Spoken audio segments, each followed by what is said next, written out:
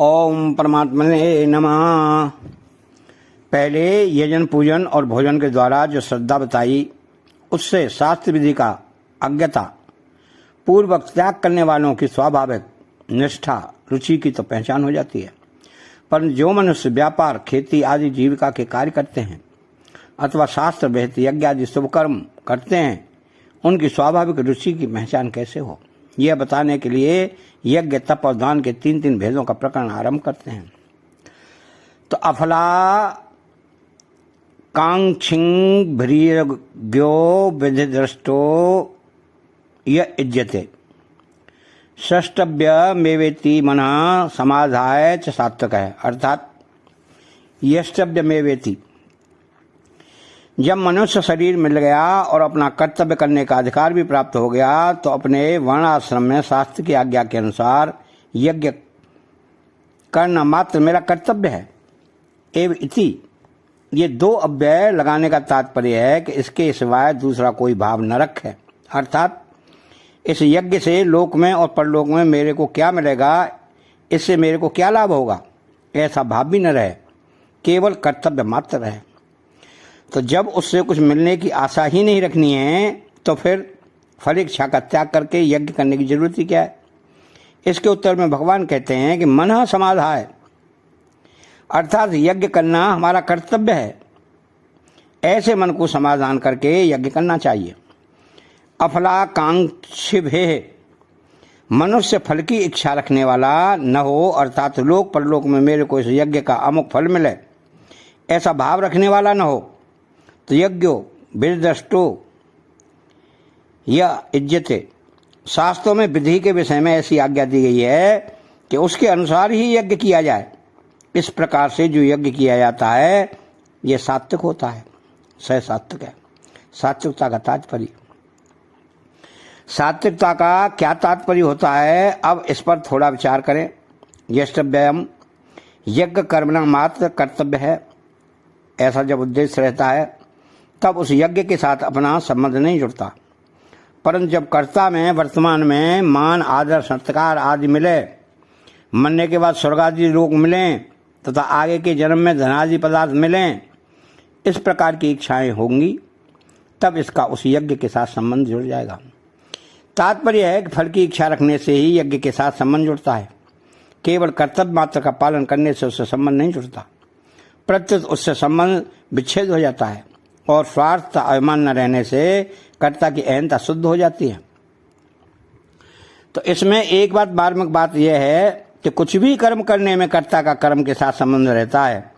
कर्म कर्ता से अलग नहीं होता, कर्म कर्ता का ही चित्र होता है। अर्थात जैसा कर्ता होगा वैसे ही कर्म होंगे। इसी अध्याय के भीतर इस श्लोक में भगवान ने कहा है कि यो यक्षध स एव स, अर्थात जो जैसी श्रद्धा वाला है वैसा ही उसका स्वरूप होता है और वैसा ही श्रद्धा के अनुसार उससे कर्म होता है। तो तात्पर्य है कि कर्ता का कर्म के साथ संबंध होता है और कर्म के साथ संबंध होने से ही कर्ता का बंधन होता है। केवल कर्तव्य मात्र समझकर धर्म करने से कर्ता का कर्म के साथ संबंध नहीं रहता, अर्थात कर्ता मुक्त हो सकता है। तो केवल कर्तव्य मात्र समझकर कर्म करना क्या है, अपने लिए कुछ नहीं करना है, सामग्री के साथ मेरा कोई संबंध नहीं है, मेरा देश काल आदि से भी कोई संबंध नहीं है, केवल मनुष्य होने के नाते जो कर्तव्य प्राप्त हुआ है उसको कर देता है। ऐसा भाव होने से कर्ता फलकांक्षी नहीं होगा और कर्मों का फल कर्ता को बांधेगा नहीं। अर्थात यज्ञ की क्रिया और यज्ञ के फल के साथ कर्ता का संबंध नहीं होगा। गीता कहती है कि कायेन मनसा बुद्धया केवलैरिन्द्रियैरपि, अर्थात करण, शरीर, इंद्रिय आदि उपकरण, यज्ञ करने में उपयोगी सामग्री और अधिकरण, स्थान आदि किसी के भी साथ हमारा संबंध नहीं है। यज्ञ की क्रिया का आरंभ होता है और समाप्ति होती है, ऐसे ही उसके फल का भी आरंभ होता है और समाप्ति होती है। तो क्रिया और फल दोनों उत्पन्न होकर नष्ट होने वाले हैं और स्वयं नित्य निरंतर रहने वाला है, परंतु वह स्वयं क्रिया और फल के साथ अपना संबंध मान लेता है। इस माने हुए संबंध को यह जब तक नहीं छोड़ता तब तक यह जन्म मरण रूप बंधन में पड़ा रहता है। फले सक्तो निबध्यते। तो एक विलक्षण बात यह है कि गीता में जो सत्वगुण कहा है वो संसार से संबंध विच्छेद करके परमात्मा की तरफ ले जाने वाला होने से सत्य अर्थात निर्गुण हो जाता है।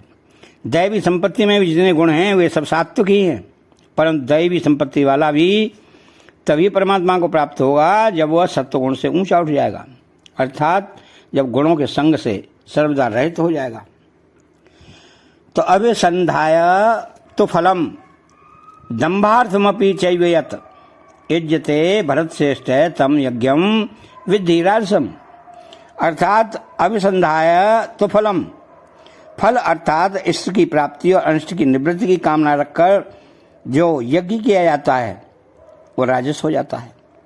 इस लोक में हमें धन वैभव मिले, स्त्री पुत्र परिवार अच्छा मिले, नौकर चाकर गाय भैंस आदि भी हमारे अनुकूल मिले, हमारा शरीर निरोग रहे, हमारा साथ आदर सत्कार मान बढ़ाई प्रसिद्धि हो, तथा मरने के बाद भी हमें स्वर्गादि लोगों के दिव्य भोग मिले आदि इष्ट की प्राप्ति की कामनाएं,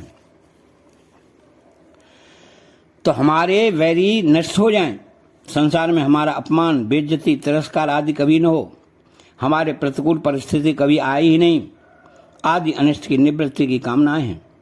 दंभार्थमपि चैव तत्, लोग हमें भीतर से सद्गुणी सदाचारी संयमी तपस्वी दानी पर धर्मात्मा याजक आदि समझें, जिससे संसार में हमारी प्रसिद्धि हो जाए। ऐसे दिखावटीपन को लेकर जो यज्ञ करता है वह राजस कहलाता है। इस प्रकार के दिखावटी यज्ञ करने वालों में यक्षे दास्यामी और यजंते नाम यज्ञस्ते आदि सभी बातें विशेषता से आ जाती हैं। तो इज्जते भरतश्रेष्ठतम यज्ञम विद्धि राजसम, इस प्रकार फल की कामना और दम्भ दिखावटीपन को लेकर जो यज्ञ किया जाता है वह राजस हो जाता है।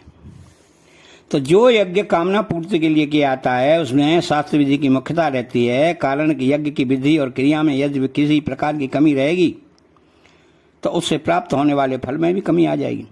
इसी प्रकार यदि यज्ञ की विधि और क्रिया में विपरीत बात आ जाएगी तो उसका फल भी विपरीत हो जाएगा, अर्थात वह यज्ञ सिद्धि न देकर उल्टे यज्ञकर्ता के लिए घातक हो जाएगा। परंतु जो यज्ञ केवल दिखावटीपन के लिए किया जाता है उसमें शास्त्र विधि की परवाह नहीं होती। यहाँ विधि क्रिया देने का तात्पर्य है कि हे अर्जुन, सांसारिक राग कामना ही जन्म मरण का कारण है, अतः इस विषय में तेरे को विशेष सावधान रहना है। तो इस श्लोक में आए यद पद से यह भाव निकलता है कि फलेच्छा और दम्भ के लिए जो भी यज्ञ दान तप आदि कर्म किए जाते हैं वे सब राजस समझने चाहिए। अतः चैनल को सब्सक्राइब करें, बेल आइकन घंटी को दबाएं, कमेंट बॉक्स में जय श्री कृष्णा लिखें। बोलो जय श्री कृष्णा।